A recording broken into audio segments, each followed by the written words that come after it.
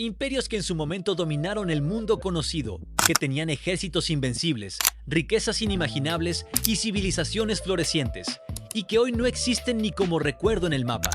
No hablo de imperios que simplemente decayeron o se transformaron.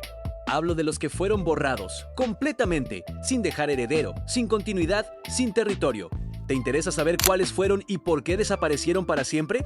Quédate hasta el final porque el último caso te va a sorprender más de lo que crees. El Imperio Acadio, el primero en caer. Retrocedamos unos 4000 años, a la región que hoy conocemos como Irak. Ahí, entre los ríos Tigris y Éufrates, nació el primer imperio de la historia humana. No el primero en llamarse así, sino el primero que realmente lo fue en toda la extensión de la palabra. El Imperio Acadio, fundado por Sargón de Akkad alrededor del año 2334 a.C., logró algo que ningún poder político había conseguido antes: unificar bajo una sola administración centralizada a decenas de ciudades-estado sumerias que históricamente se habían hecho la guerra entre ellas. Sargón no solo conquistó, estandarizó el idioma, impuso el acadio como lengua administrativa y creó una burocracia que recaudaba impuestos desde el Mediterráneo hasta el Golfo Pérsico. En su apogeo, era el poder más grande del mundo conocido. ¿Y qué pasó? El Imperio Acadio colapsó alrededor del 2154 a.C. Y aquí viene lo interesante. Los historiadores durante siglos atribuyeron su caída a invasiones de los Gutis, un pueblo de las montañas Zagros. Pero investigaciones más recientes apuntan a algo que hoy nos resulta muy familiar: el cambio climático.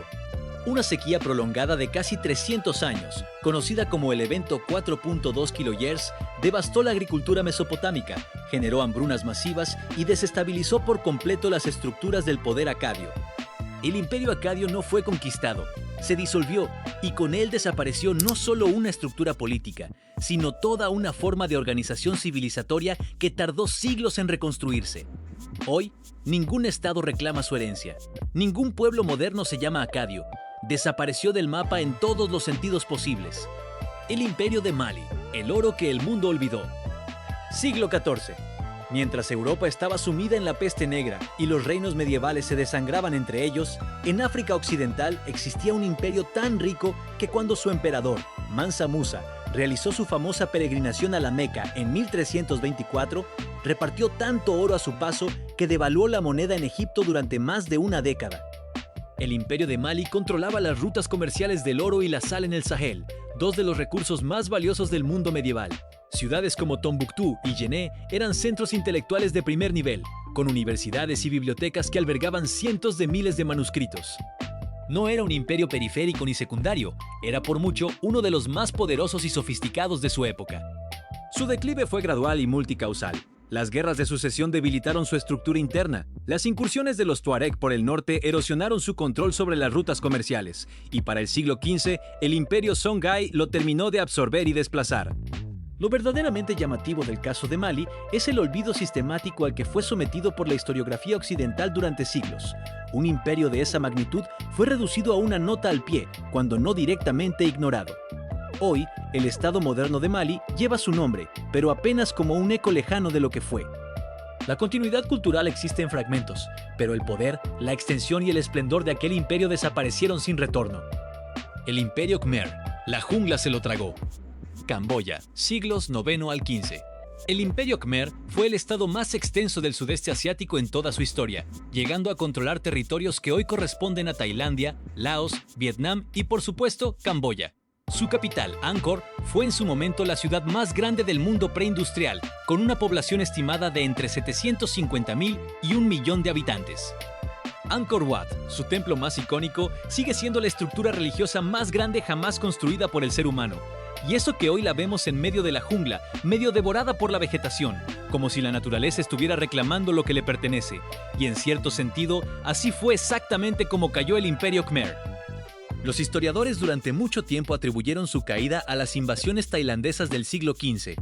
Pero investigaciones recientes, usando tecnología LiDAR, que permite ver debajo de la vegetación desde el aire, revelaron algo mucho más complejo: el sistema hidráulico de Angkor, una red de canales, embalses y diques de ingeniería extraordinaria que sostenía a toda esa población, colapsó.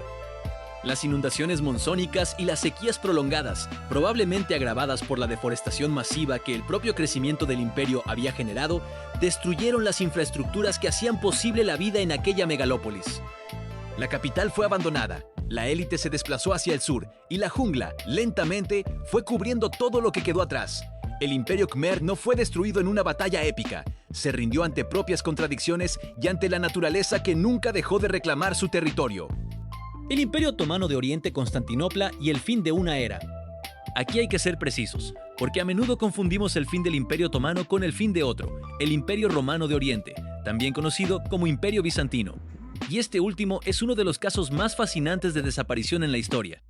Técnicamente, el Imperio Romano nunca declaró su fin. Roma cayó en el 476 después de Cristo en Occidente, pero en Constantinopla, la mitad oriental siguió existiendo durante casi 1000 años más. 1000 años. Con emperadores que se llamaban a sí mismos romanos, con una burocracia que heredaba las estructuras administrativas del Imperio Romano clásico, con un ejército que seguía usando terminología latina.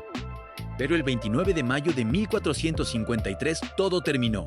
Las tropas del sultán otomano Mehmed II, apodado el Conquistador, cruzaron las murallas de Constantinopla. El último emperador, Constantino XI Paleólogo, murió combatiendo. Nadie sabe con exactitud dónde está su cuerpo. Hay leyendas que dicen que fue enterrado entre los muertos anónimos, otras que fue momificado y guardado en algún lugar secreto de lo que hoy es Estambul. Constantinopla se convirtió en Estambul. La Basílica de Santa Sofía, uno de los edificios más extraordinarios jamás construidos, pasó a ser mezquita, y el Imperio Romano de Oriente, que había sobrevivido a las invasiones bárbaras, a las cruzadas, a la Cuarta Cruzada que paradójicamente fue liderada por cristianos occidentales que saquearon la ciudad en 1204, finalmente llegó a su fin. No hay heredero. Ningún Estado moderno puede reclamar legítimamente la continuidad del Imperio Bizantino. Aunque Grecia, Rusia y Turquía hayan intentado, en distintos momentos y por distintos motivos, apropiarse de partes de ese legado.